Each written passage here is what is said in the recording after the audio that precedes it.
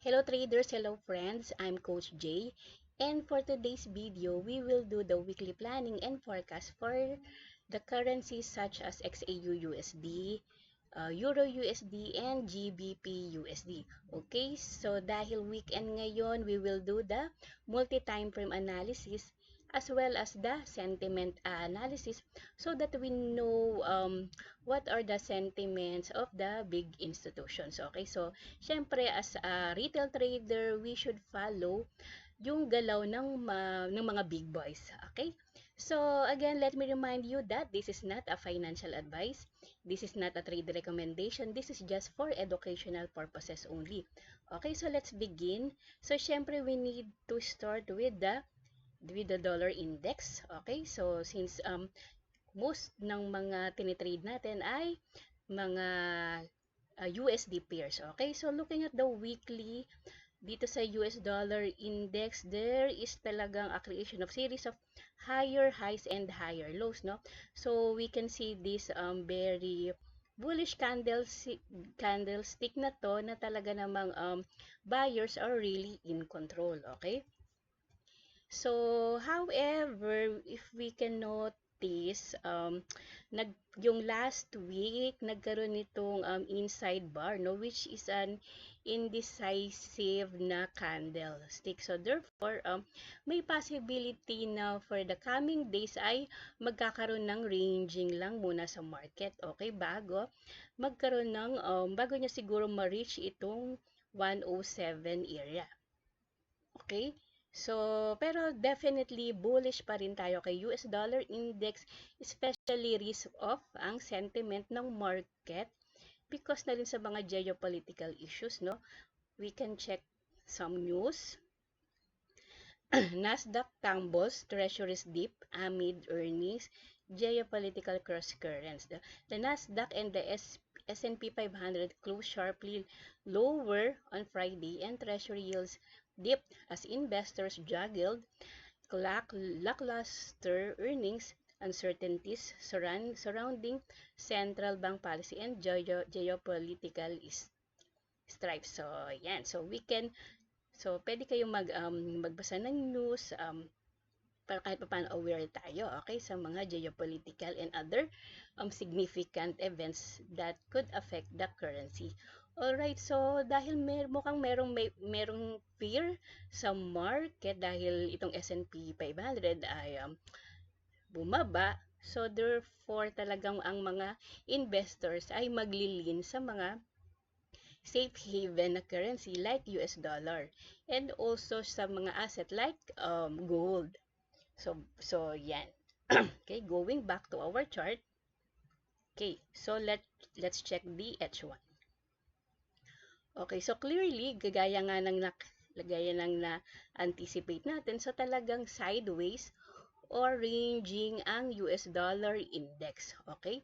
So pero syempre so ngayon no ay nagwi-wiggle-wiggle lang siya sa area na yan, pero that's the time siguro pag nagkaroon ng breakout dito, marireach niya yung 107 na next resistance. Okay, yung 107 level. Alright? So, bullish tayo US dollar index, pero ngayon ay ranging. So, expect natin na yung Euro USD dahil negatively correlated sila, possible na meron ding sideways or ranging ito. Okay, so let's move on naman kay gold. Okay, so let's start with the monthly time frame. Yan. So as you can see, no, very bullish talaga ang gold. So after nitong breakout na to, wala pang decent pullback tayong nakikita. Okay, so tumataas pa talaga siya. Alright, so bullish tayo looking at the monthly. And then let's move down to the weekly time frame. Okay, so here in the weekly time frame. Okay. Alright, so very impulsive talaga yung move niya to the upside. And syempre ako rin naghihintay ako ng decent pullback dito kay gold. So, if we check the correction for the possible kung saan siya magkakaroon ng retracement, okay. So, ideally dito, no, yung pinakamalapit sa kanya ay 38.2%. And next na magandang level ay dito sa 50%. Okay? So, itong 38% nasa 2,324, no, to 2,325. And then, itong 50%, syempre nasa around mga 2-3. Okay? So, that's weekly and syempre very bullish pa rin talaga. Okay, so if we will check no kung hanggang saan siya possible talaga na pwede niyang if we will see this no itong fib extension niya nasa talagang pwede siyang pumalo hanggang 2,500. So pero ngayon syempre wala pa naman hindi pa naman talaga sure kasi hindi pa naman niya nabe-break itong another all-time high niya na nasa 2,432. Okay? So, once na ma-break out niya yan, possible na talagang ma-reach niya itong 2,500. Okay? And then, daily naman. Okay. So, here in the daily time frame, yan. Okay, so we have here no yung strong support. Ito nga yung 38.2% natin na fib ratio. So if ever na i-retest niya ulit itong price dito sa level na yan, this is a good opportunity for us to look for long orders kasi syempre kung gusto natin mag-buy, we will always buy the dip. Okay? So ito yung ito yung magandang location niya. Okay? However, syempre depende sa volume kung syempre depende sa volume kung talagang ma-reach niya ito kasi medyo malayo pa rin yan, no? If we will check from here. Ayan, nasa 500 pips siya. So, medyo malayo-layo. Okay? And then, before we move on pa sa lower time frame, let's go ahead and check the sentiment of the big players. Okay, so this is the COT report from the Trading Stir. Okay, so as you can see, no, ang long nila ay 278,777 versus a short na 76,854. So clearly, very bullish talaga ang mga big institutions. Okay, so wala pa rin silang ina-add na short. Okay, in fact, nagbawas pa sila. So therefore, hindi pa tayo makakakita ng ganun kalalim na retracement. So therefore, let us check yung mga malalapit, okay? Malalapit na support and resistance. So we can check the H4. Yan. Okay, pero syempre, ito yung ideal talaga. Dito magandang mag-long pag pumunta dito yung price, okay? And then, targeting lang muna itong nasa 2.4. Okay? If ever magkaroon ng retracement hanggang dito. Okay? So, okay. And then, we can also check, no? Kasi depende syempre sa Monday. Alam naman natin pag Monday, medyo medyo minsan abnormal yung galaw, no? So, depende talaga sa volume. So, yung Monday open would be very important, okay?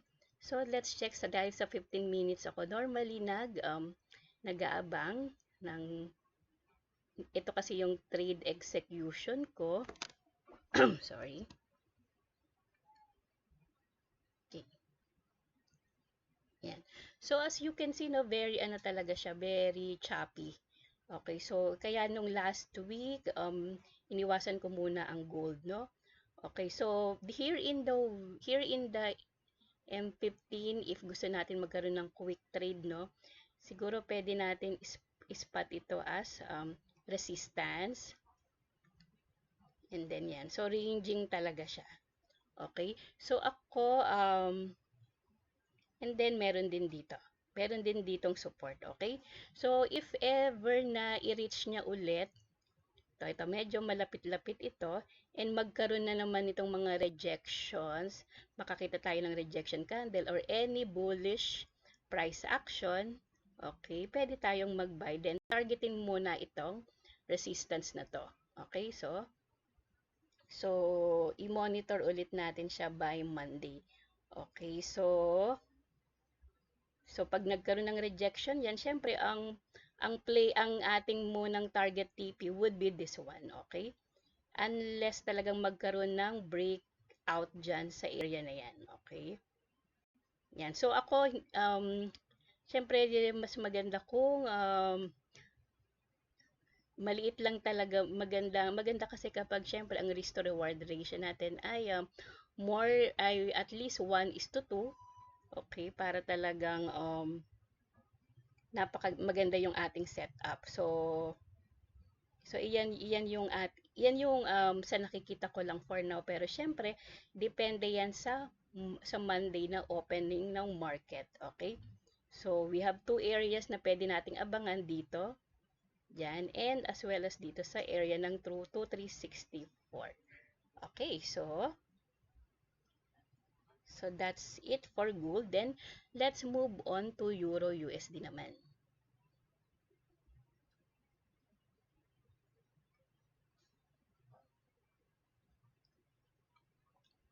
Okay. So looking at the monthly time frame for Euro USD,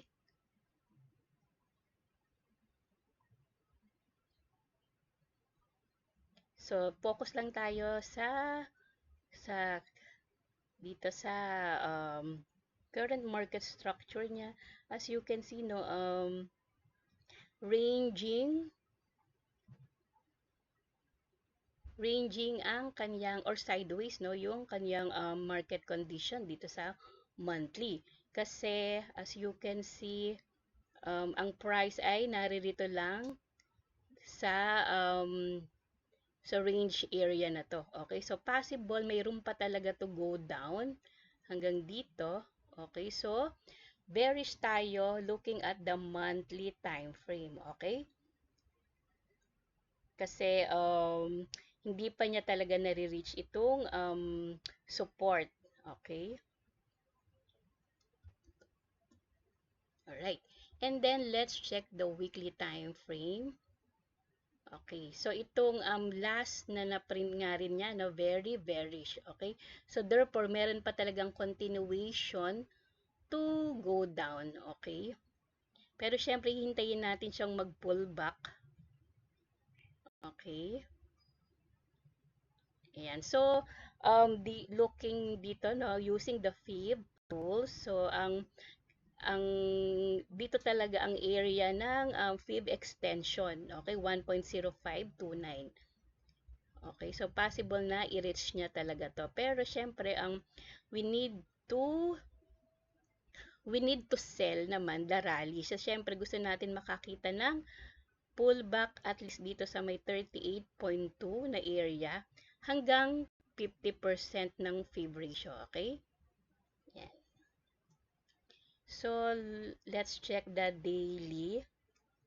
Okay, so dito sa daily, clearly nagkikreate talaga siya ng series of lower lows and lower highs, which is of course the structure of a downtrending market. Okay, so dito sa daily, syempre hintayin natin na pumunta muna dito sa ating area of value bago tayo mag-sell. Okay,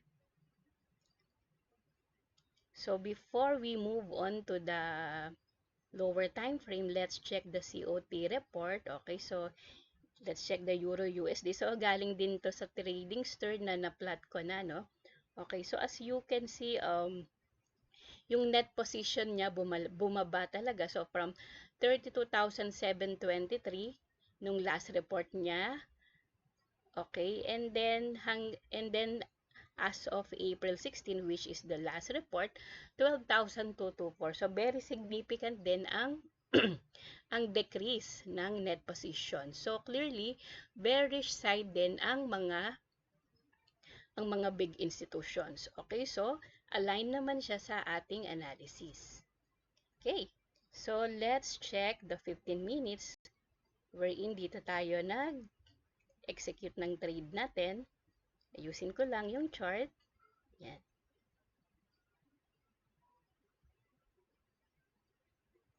Okay, currently choppy yung market and then yung EMA 200, no, hindi niya pa nire-respect, pero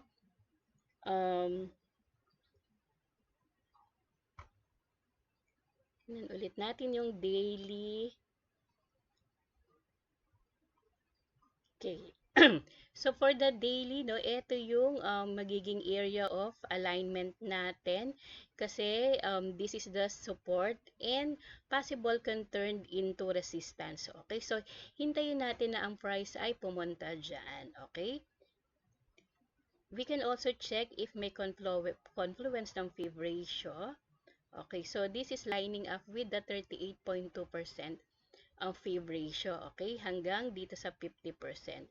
So, pag na-reach niya yung level na yan, we can look for a sell opportunities if makakita tayo ng any confirmation candle or any if there is any bearish pattern or bearish confirmation pattern like double bottom, head and shoulders. Okay? So, pero ako I will go ahead and set an alert. Okay, so going back dito sa 15 minutes. Ayan. So, ayan. So, possible talaga na ma-reach niya to. So, merong possible na magkaroon ng short-term downtrend. Okay. Tapos, yan, pag nagkaroon dito ng any bearish price action, yan, pwede tayong mag-sell and then targeting dito. Okay. Yan. So, there's a possible of a uptrend pero short term lang. Okay?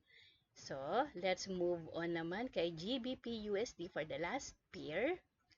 Let's go ahead and check the monthly. Yan. So, here in the monthly time frame, so dahil halos correlated naman sila kay Euro USD. So, as you can see, no, talagang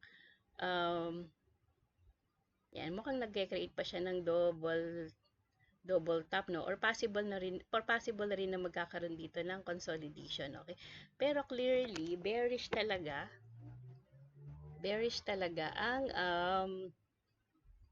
ang GBP USD. Okay, especially dahil bullish ang US dollar. Okay, dahil negatively correlated din sila kay US dollar si GBP USD. Okay, and then take note, then we have a high impact news, no, coming up next week, so this Tuesday, kay Euro and GBP. So, careful tayo. Okay, so pero syempre bearish tayo, kaya we will only look for selling opportunities. And then weekly. Okay, yan. So, possible, no, na so very bearish, no, because of this mga red candles. So ganun din like Euro USD, hintayin natin na magkaroon siya ng retracement bago tayo mag-sell. Okay, kasi mahirap na rin habulin dahil hindi na magiging maganda ang risk to reward ratio natin. So weekly ay bearish din, and then daily, ayan. So, talagang very bearish because of the series of lower lows and lower highs. Alright? So, ito yung magandang level. Okay, dahil dito, dahil previous support do that can turn into resistance. Okay? However, medyo malayo na siya. So, pwede tayong i-check natin dito sa 15 minutes later. Pero, before that, let's go ahead and check the COT report for GBP. Okay. So, dito sa GBP, no, as you can see, based sa last report niya, ang net position ay 28,252. And then, very significant din yung binaba ng net position for naging 8,619 um, dahil nag-increase talaga sila ng mga short orders nila. Okay, so from 54,000 noong April to so 63,000 ang kanilang short orders, okay? Tapos ito namang long orders nila ay unti-unting bumababa, 'di ba? From 98, 80,000 and then 71 na lang. So clearly, bearish din ang mga big institutions which is aligned din sa ating chart analysis. Okay? So let's check the 15 minutes. Yan. So dito sa 15 minutes na sideways, okay, so masasabi talaga natin na sideways pag meron at least 2 touches dito sa resistance and at least 2 touches dito sa support, okay? So, ito ay na-trade natin, syempre, using the sideways play lang, okay? Tapos, just recently na nagkaroon dito ng false breakdown, okay? Nagkaroon dito ng very bearish pero binawi rin niya and bumalik pa rin sa range, bumalik dito sa ranging market. Okay, pero hanggang sa ito na talaga ito na yung ito yung valid breakdown niya dahil because of the multiple bearish candles, di ba? Na talagang ina-accept niya na yung lower prices. Okay, so possible na i-retest niya itong breakout point, okay? Dito, so pag dumating dito yung price and magkaroon ng bearish price action, we can look for a sell opportunities, okay? Pero syempre, kailangan talaga din natin ng confirmation kasi we don't know, 'di ba? Baka bumalik ulit siya dito sa area na to, okay? So, pero this is a good ano na rin dahil nag-create na naman ng lower low, okay? Yan. So, yan, meron na naman siyang creation ng lower low. So, ang ano na lang natin, ang hahanapin na lang natin, saan makikreate yung lower high. Kung dito ba, okay? Yan. So, we can use also the fib, kung saan fib para ma-measure yung correction from this high to the low. So, naririto rin yung 50%. Okay? So, dito natin talaga pwedeng abangan dito sa may 1.242. Alright, so that's all. I hope marami ulit kayong natutunan sa video na ito. I hope po sa mga hindi pa nagsasubscribe, please subscribe po to my channel. Bye-bye!